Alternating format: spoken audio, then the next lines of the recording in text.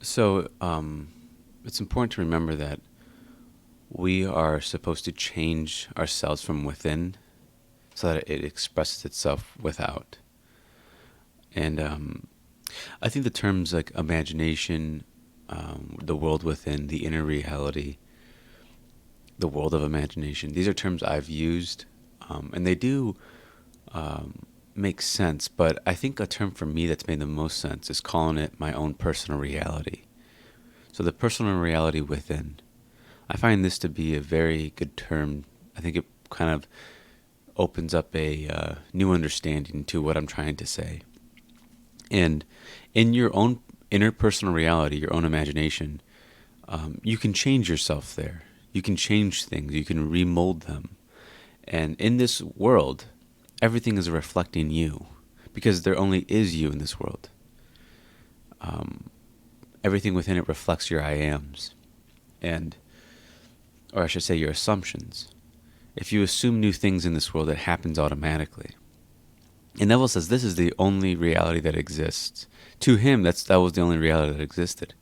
And that's how we must view our lives, is that my inner reality is my true self. It's my true reality. And what I am in here, I actually am. I believe in this. So, in your own personal reality, you are the creator. That, you can remold this by changing all your assumptions about yourself, and you'll see the entire world shift in front of you. And it's important to note that when you're changing your personal reality, you're not trying to make something happen in the 3D. You're not trying to force anything. You're not really thinking about the outer world. All that is important to you is that you change yourself from within. You're not like changing, but in the back of your mind, you're thinking, yeah, but I'm doing this so I can get something on the outside. Remember, it's as within, so without. So don't be so concerned with the outer world. This is your harvest, and your harvest is what you're planting from within. So just focus on being it inside your own personal reality. And since it's personal, you can mold it to how you want it to be.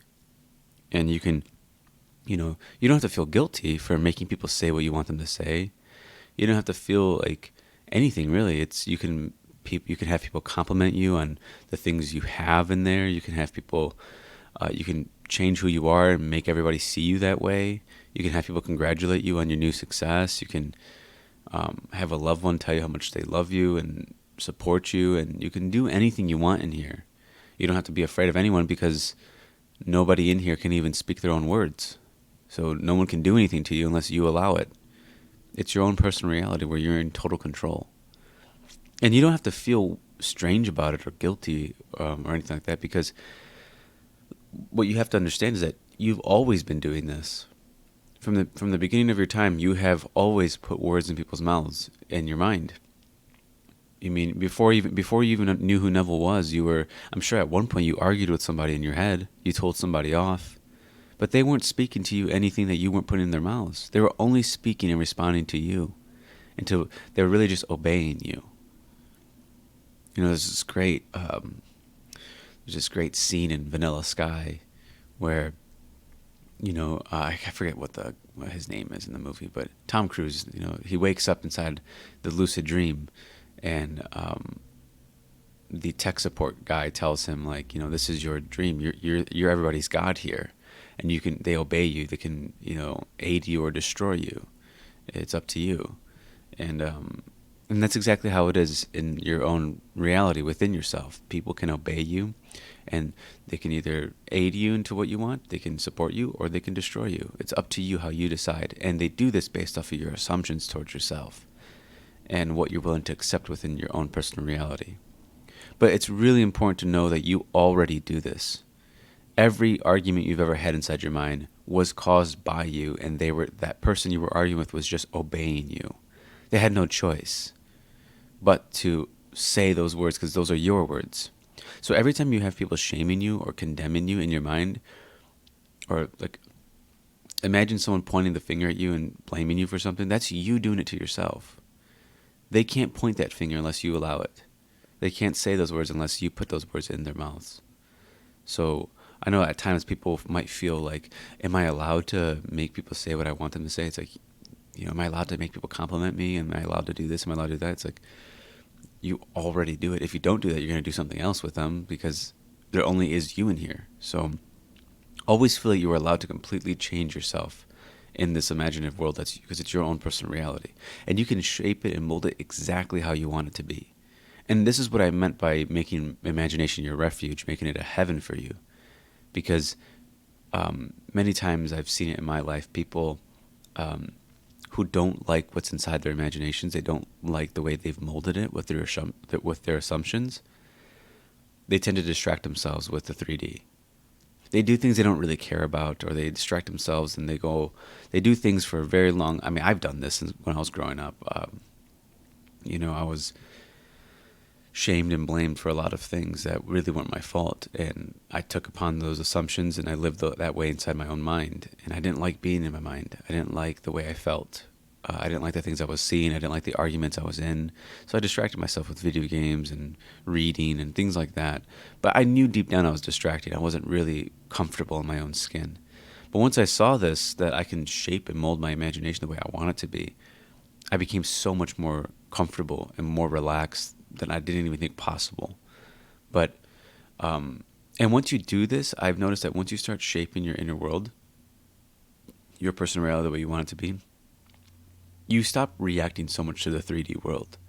If you start living inside your personal reality, which you already do anyways, but you're really just doing the same thing, but this time you're making it into heaven. If you do this, you won't react to things that you're sort of used to reacting to. You're not going to be triggered by this or that.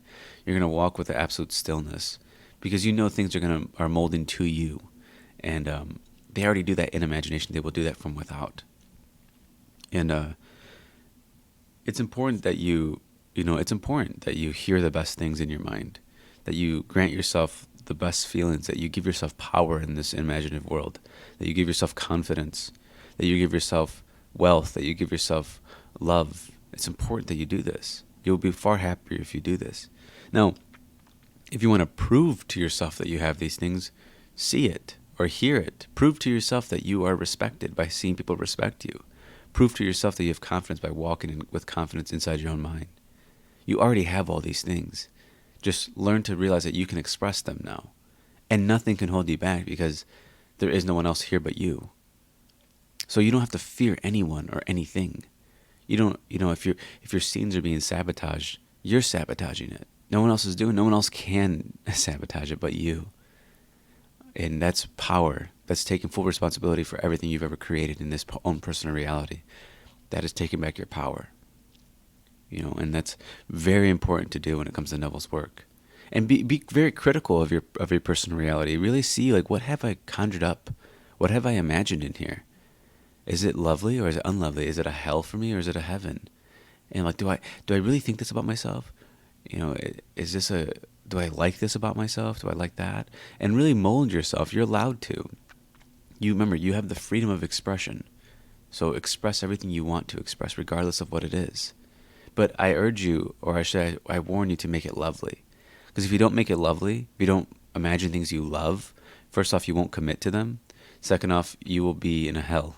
You will feel, at least for me, when I imagine things I don't love, I don't feel good. So I always go towards thoughts that make me feel very, very good and give me lots of pleasure. And things that I feel that I would like done to me. So I found that that's the best way to make a heaven in your mind. And I want to quote Neville. I'm not sure what lecture this comes from, but he basically says this: "He who creates the evil creates the good, the weal and the woe, the light and the darkness. He who kills is he who makes alive. He who wounds is he who heals, and there is no other God. If you really believe you are the one spoken of here, that it is you who create the evil, the good, the weal, and the woe, that no one can deliver out of your hand, then you are set free. You will never again believe in another, but know that your life is self-created, that you create the storms as well as the peace and the calm. No longer will you believe he, she, or they did it, for you will recognize them as reflections mirroring either the storm or the peace and calm within you." Neville. Now, apply that to your own personal reality within you. Do you not create the woes in this world? Do you not create the arguments and or do you not also create the stillness and the peace? Do you not create your own shame and your own relief, your own bondage and your own freedom? You do this. Do you not? Aren't you the one who sabotages and the one who exalts yourself and redeems yourself? You do both. No one can do this to you. They're just obeying you within your mind. Accept this, and I promise you, you will live a life that is so freeing. You won't react to the things you're used to reacting to. You'll have something in your day happen, and you'll see it. Oh, this is a reflection of me. I didn't like this, and you go, okay, I'm going to revise this. Because you'll start living life inwardly. You'll see imagination as the own reality. It won't even bother you what people say to you, because it's all a reflection of you, anyways. You don't give anyone control. And since people don't have that power and control, you don't react to them the way you normally would. Someone could say something hurtful to you. And it's happened to me before, and I just say, oh, okay, this is something to revise. I found something within me that I need to revise. It's a self-saving and a self-redeeming. So you become the actual redeemer in your own mind, and you redeem everybody within it because everybody is reflecting you. So you raise yourself up, you raise them up. And you continuously do this. You prune your own mind. You discard the things you don't want in your own personality, and you put the things you do want. It's a very simple parable that that Jesus gave, where he told you to cast the net to the side, and they grabbed the fish, and he just discarded the bad fish, and he kept the good fish. That's all you're doing too inside your own personal reality. Take time and really discover the things you want to be in there. It's up to you entirely, and you mold it through your own assumptions. You just as soon as you assume something in imagination, it happens. Now continue having that, persist in having that in your own personal reality. Don't let it go. Don't sabotage. Don't get rid of it. Don't think you're not worthy of it. Everything is yours in this own personal reality. And again, you already do this, just not in the way you want. You already put words in people's mouths. You already have self-concepts.